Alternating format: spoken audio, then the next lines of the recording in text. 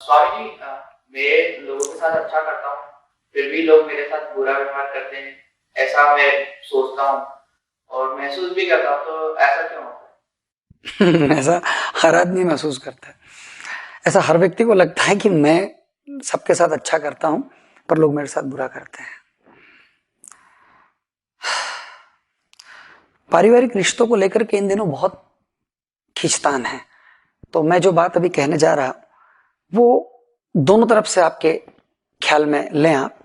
परिवार में अगर रिश्तों को आपको ठीक करना है, सामंजस्य स्थापित करना है, और ये जो बात आपने कही कि मैं सबके बारे में अच्छा करता हूं, बोलता हूं और लोग मेरे साथ बुरा करते हैं, इन दोनों प्रश्नों के उत्तर में मैं एक छोटी सी कथा आपसे कहता हूं।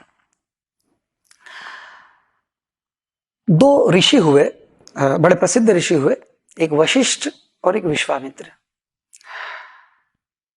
तो विश्वामित्र को लोग राज ऋषि कहते थे और वशिष्ठ को एक उपाधि थोड़ी उससे आगे की थी, उनको वो ब्रह्म ऋषि कहते थे।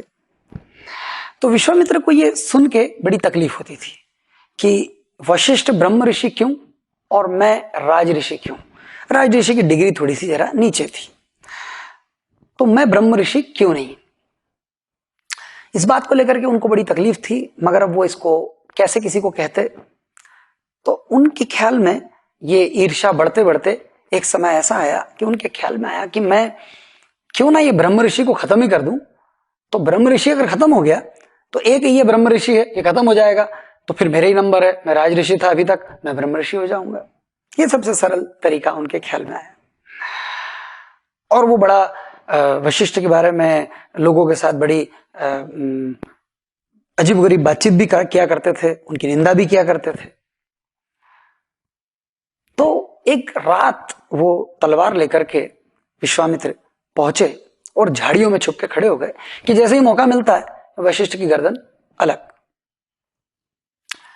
तो विश्वामित्र ने झाड़ियों में खड़े होकर के कुछ वशिष्ठ को बात करते हुए सुना। तो उन्होंने सुना कि वशिष्ठ अपने विद्यार्थियों से बात करते थे। उनमें से एक विद्यार्थी ने पूछा कि आपका विश्वामित्र के बारे में क्या कहना है, राज ऋषि विश्वामित्र जी के बारे में आप क्या कहते हैं।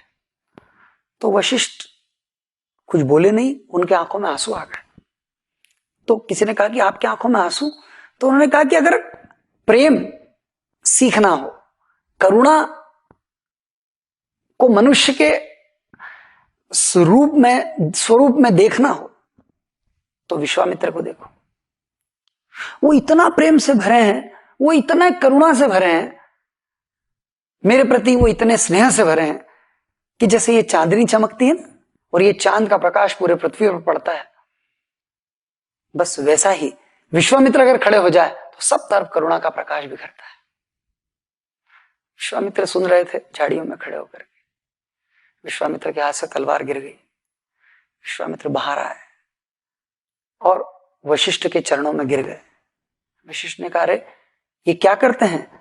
तो उन्होंने कहा कि मैं तो हत्या करने आया था आपकी, मगर आप इतने मेरे प्रति इतने विश्वास से और इतनी श्रद्धा से भरे हैं, इतने प्रेम से भरे हैं, आप ऐसा सोचते हैं कि मैं आपसे इतना प्रेम करता हूं। वशिष्ठ ने विश्वामित्र के कंधों पर हाथ रखा, उनको ऊपर उठाया, उनको गले लगा लिया और कहा कि ब्रह्म ऋषि आपका स्वागत है। जो हृदय क्षमा से भर जाए, जो हृदय प्रेम से करुणा से भर जाए, ब्रह्म ऋषि। जिन घरों में खींचतान है, मेरा उनको इतना ही कहना है कि आप किसी के अनुपस्थिति में भी उसकी बुराई ना करें। मगर हमारे घरों का आज क्या सिलसिला है, अगर घर में 4 लोग हैं तो वो जो एक आदमी बाहर जाता है तो उसकी बाकी 3 लोग मिलके बुराई करते हैं। फिर दूसरा बाहर जाता है तो बाकी के बचे 2 लोग उन दोनों की बुराई करते हैं। वो दोनों कहीं बाहर मिल जाए तो इन दोनों की बुराई करेंगे।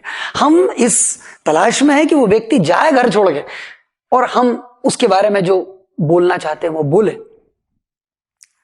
मगर जब आप किसी की उपस्थिति में ही नहीं, उसके अनुपस्थिति में भी उसके प्रति प्रेमपूर्ण हो जाते हैं तो फिर उससे कोई आपका हित हो, ऐसा संभव नहीं है। तो आपका जो कहना है कि मैं सबके बारे में अच्छा सोचता हूं और लोग मेरे साथ बुरा करते हैं, एक बार फिर पलट के देखने की जरूरत है। क्या किसी के प्रति कोई अवहेलना का भाव, कोई ईर्ष्या का भाव, किसी के प्रति कोई संदेह, किसी के प्रति कोई शिकायत का भाव भीतर है और कहीं ना कहीं हम उसको लोगों के सामने अभिव्यक्त भी करते रहते हैं? तो ऐसा कुछ हो रहा है?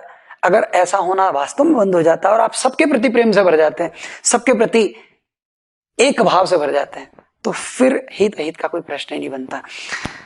और सिर्फ इसीलिए कि ये मेरी जो बातचीत है ये सिर्फ कोई सुझाव या उपदेश नहीं है, ये जो मैं बात कर रहा हूं ये मैं अपने भीतर अनुभव किए हूं कि अगर आप थोड़ा ध्यान में भीतर उतरें, थोड़ा अपने आप में रहना शुरू करें, किसी मंदिर में जाकर के आप 20 मिनट शांत चुप मौन बैठ जाएं, तो आपके भीतर सबके प्रति प्रेम का अवतरण होता है। और वो प्रेम अगर आपके भीतर अवतरित हो जाए सबके प्रति, तो हित और अहित का प्रश्न समाप्त हो जाता है। इस पर विचार ना करें, इस पर ध्यान करें। और कोई प्रश्न है?